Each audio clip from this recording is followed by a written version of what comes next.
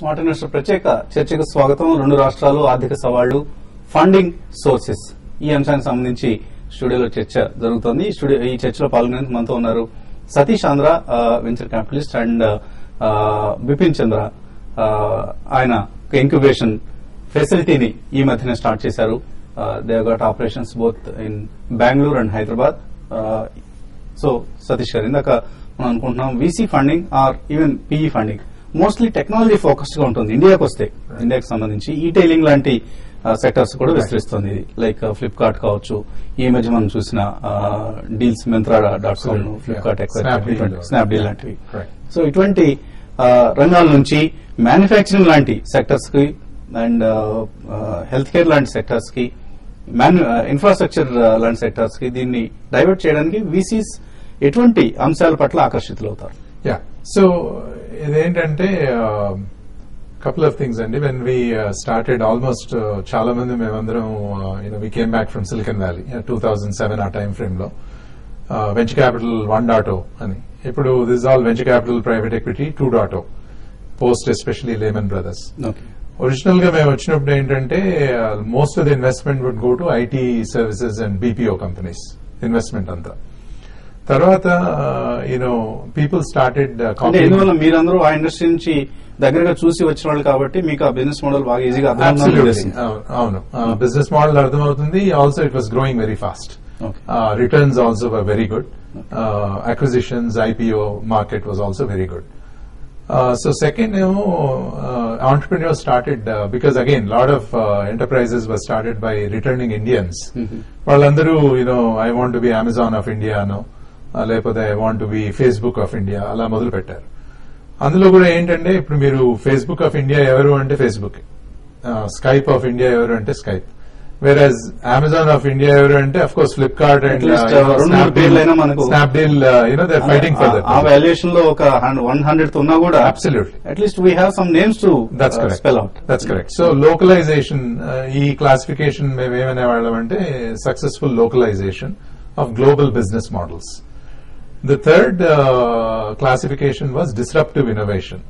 మీరు ఇప్పుడు Tata nano car చూస్తే that's a disruptive innovation. Definitely. Chandrayaan, is a disruptive innovation.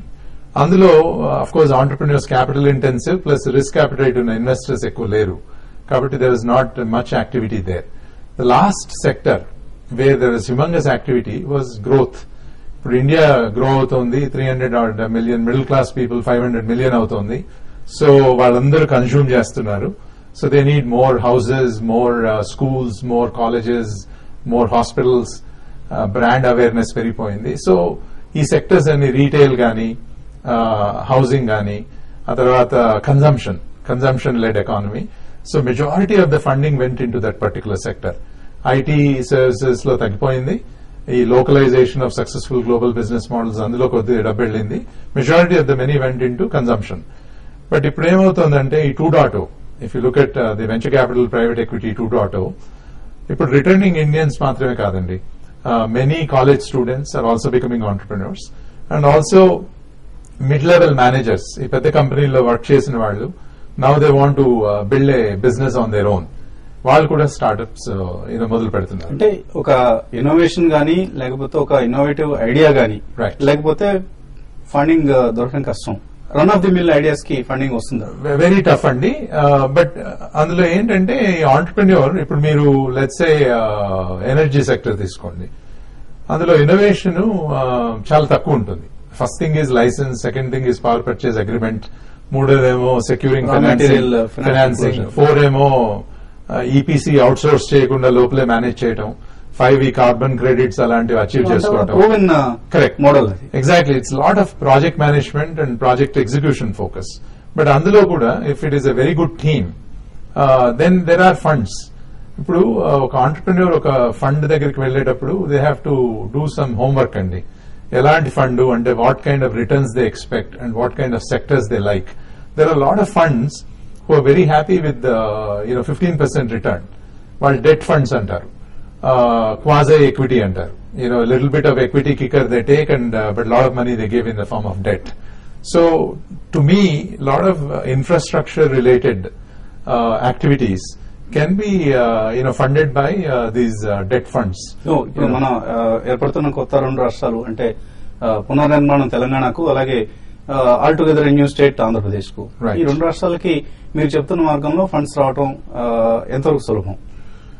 తప్పకుండా వస్తుందండి. అంటే తెలంగాణకి ఇప్పుడు మనం లాస్ట్ ఒక 9 years చూసుకుంటే ఆల్మోస్ట్ అంటే కంబైన్డ్ ఆంధ్రప్రదేశ్ ఇంత మునుపటి సినారియోలో రఫ్లీ $3 billion అంటే ఒక 18,000 crores of private equity capital వచ్చింది. ఇందులో ఎక్కువ భాగం Hyderabad, majority of that capital Hyderabad లోనే. ఐటీ, ఫార్మా, ఆ తర్వాత even infrastructure companies, majority of the infrastructure companies, power projects, little bit of manufacturing went outside of Hyderabad. ఇప్పుడు ఈవెన్ స్టార్ట్అప్ సినారియోలో తీసుకున్నా కూడా మీరు హైదరాబాద్ లో there have been very good startups. మనం ఇక్కడ యాప్ ల్యాబ్స్ చూసాము, యాప్ ల్యాబ్స్ సిఆర్ అట్లాంటిక్ చూసాము, that was acquired by Hitachi. App labs ఏమో సిఎస్సి. ఆ తర్వాత we've seen companies like portal player, మంచి స్టార్ట్అప్స్ లైక్ టాలెంట్ స్ప్రింట్ గానీ, కార్స్ గానీ, ఐఎంఐ మొబైల్ గానీ, ఇలాంటివన్నీ. శ్రేష్ఠ, నెఫ్రోప్లస్, మొన్ననే నెఫ్రోప్లస్ వాళ్ళు మనీ రేస్ చేశారు. వెంచర్ క్యాపిటలిస్ట్, వెంచరీస్టే కాదు, పీపుల్ క్యాపిటల్, శ్రీనిరాజ్ గారు, ఎవాల్వెన్స్, హరి బుగ్గన గారు. So lot of venture capitalist here. ఒక ఈకో సిస్టమ్ లాగా ఆల్రెడీ మీకున్న ఫండ్ కూడా ఇన్వెస్టెడ్ ఇన్ సర్టెన్. అవునండి, మేము ఇక్కడ శ్రేష్ఠ, if you look at which is 24/7 Letter Mantra and organic food, we're investors. Okay. So we're investors in several healthcare companies as well. Me experience ఎలా ఉంది ఇప్పుడు ఇక్కడ ఇన్వెస్ట్ చేసిన కంపెనీస్ లో? ఎలా ఫేర్ చేస్తున్నాయి, బెటర్ గా ఉన్నాయి? So they're all doing very very well అండి. అంటే ఈ health care, clean tech, technology, consumer services ఇవి మా ఫోకస్ ఏరియాస్. ఓవరాల్ 3 funds ఉన్నాయి with in the Ventureast family. మొత్తం ఎంత ఫండ్ చేస్తారు ఇప్పుడు? రఫ్లీ in terms of total funds under management 2,000 crores అండి. మొత్తం ఫుల్లీ ఇన్వెస్టెడ్ మీరు రైజ్ చేసిన మొత్తం? లేదు, ఇంకా always when we invest in any company certain amount of money is kept for the nuclear winters. ఎందుకంటే companies always need more money at a later date. Public వెళ్ళొచ్చు, కొన్ని కంపెనీస్ అక్వైర్ అవుతాయి, కొన్ని ఏమో ప్రాఫిటబుల్ అయ్యి they start accruing cash. But many of them need some money because economic cycles and ups and downs are always a common theme. Kabatti we always reserve some money for our portfolio companies. Roughly 70% invest chesina, 30% we keep it in reserves. Okay. For these companies. So Bipin garu, ఆయన చెప్పిన companies లో ఎక్కువ భాగం మనకు health care కనిపించాయి, కొంతమేరకు manufacturing కొద్దిగా కనిపించింది. Majority went to IT and IT related technology companies basically.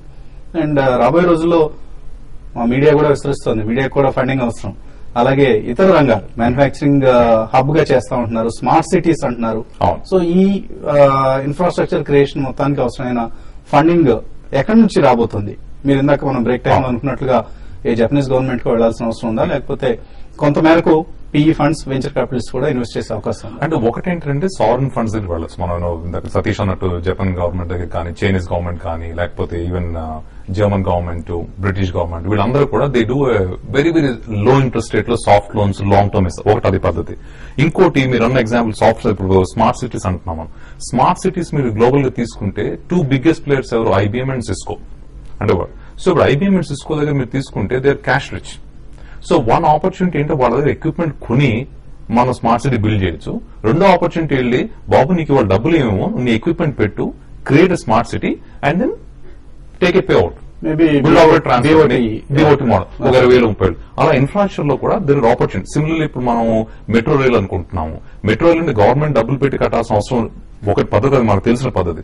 అలా కాకుండా ఇప్పుడు మీరు జాపనీస్ గవర్నమెంట్, చైనీస్ గవర్నమెంట్ తీసుకుంటే when it comes to train systems, but rail system తీసుకుంటే Japan and China are the foremost world లో. Other then of course Germany, France are also doing quite well.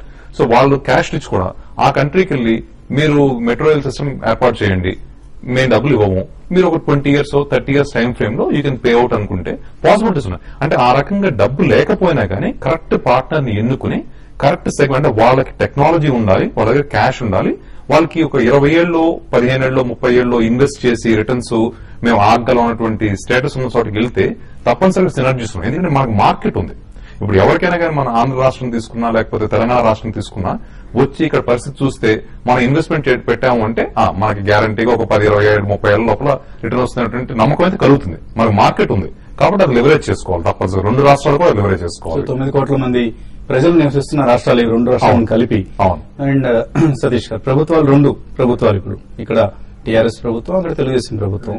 And ప్రభుత్వం వైపు నుంచి ఎటువంటి చర్యలు అవసరం? ఎక్కువ ఇన్వెస్టర్స్ ని అట్రాక్ట్ చేయాలన్నా, అంటే ఊరికే రోడ్ షోస్ పెట్టేస్తే ఇన్వెస్టర్స్ వచ్చే తరుణం కాదు ఇది. మనం ఉత్తరప్రదేశ్ లాంటి రాష్ట్రాల్లో చూస్తున్నాం.